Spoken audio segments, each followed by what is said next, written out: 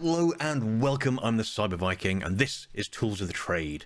In this video, we're going to be looking at Hydra. What? No, not that one. No, that one. Probably the most popular password brute forcer out there, so let's have a look at it.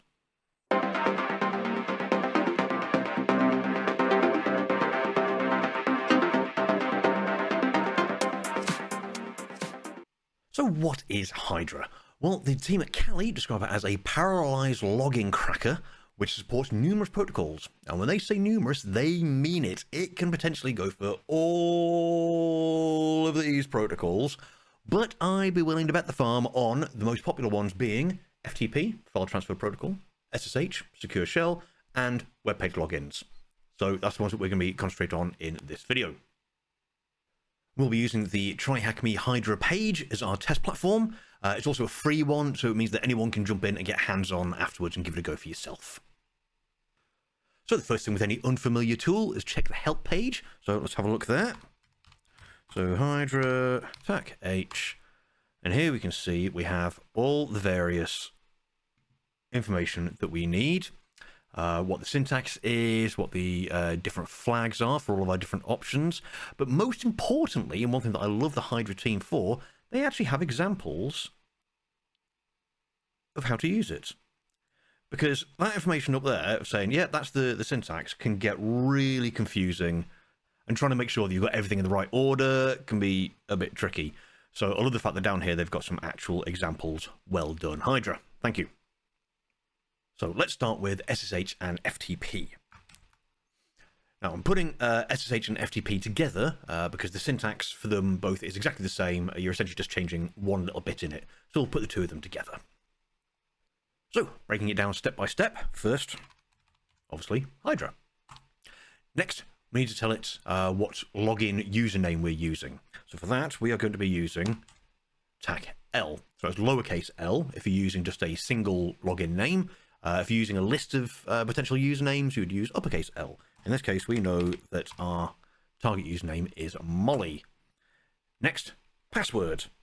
So in this case, we're going to be using a password list, so we're going to be using uppercase P. Again, if you're only using a single password, it would be lowercase p.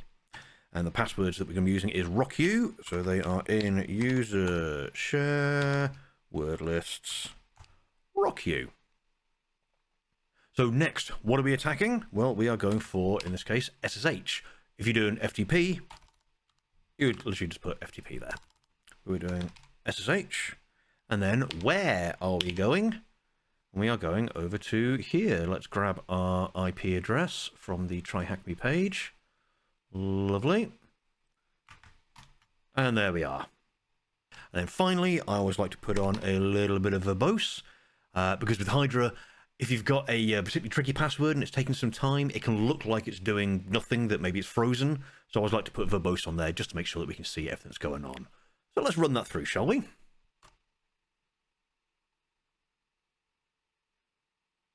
And there we go. Quite nicely down here, we have our password. So that was dead easy, but when it comes to web page logins, it's a little bit trickier, mainly because there's so many variations between how the pages can be set up.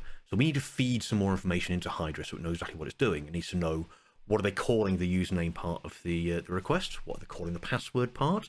Is it a post or a get request? And also, what information does it give you when you fail to log in correctly? So let's grab that lot.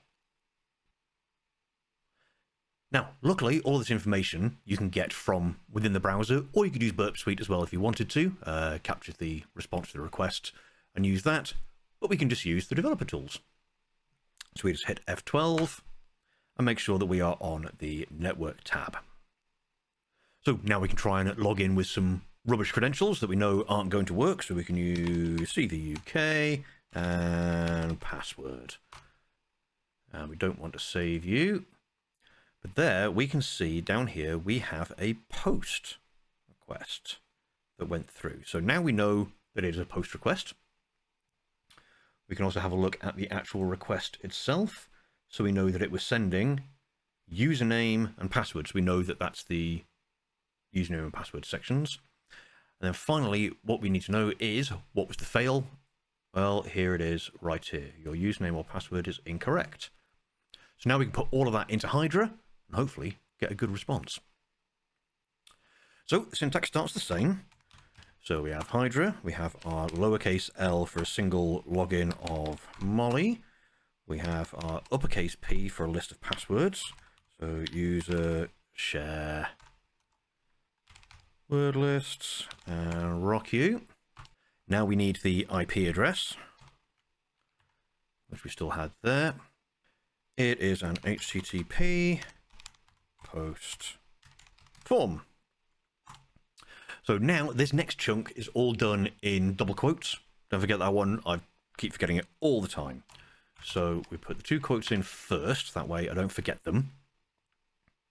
So next we need to tell it what page on that web address we're looking at. So for us, it is, as you can see up here, /login.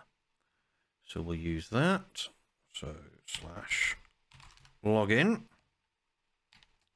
So now we need to tell it what the username section of the form is actually called as far as the form is built. In this case, it is handily username. So username equals, and then this is the bit for Hydra, so it knows where it's going. So that is just going to be user. So now it knows that's where it's putting the username. And also the password, which in this case is password. And that equals pass. There we go. So now it knows when it's sending the form, it will put the username of Molly in there, and it will put the password next one on the list there. And then finally, for this little bit, we're now telling it what the fail message is. So F equals, and we will grab you from the page. There we go. Copy you, and back over to here. Pop you in there. There we go. And then there's that bit. And as always, a little bit of verbose at the end there. So we've got our login, we've got our password, we're telling it the IP address of where to go, what it is that it's actually dealing with, what the where the login page is, what the username is called, what the password is called, and what our fail is. So let's run that through and see what we get.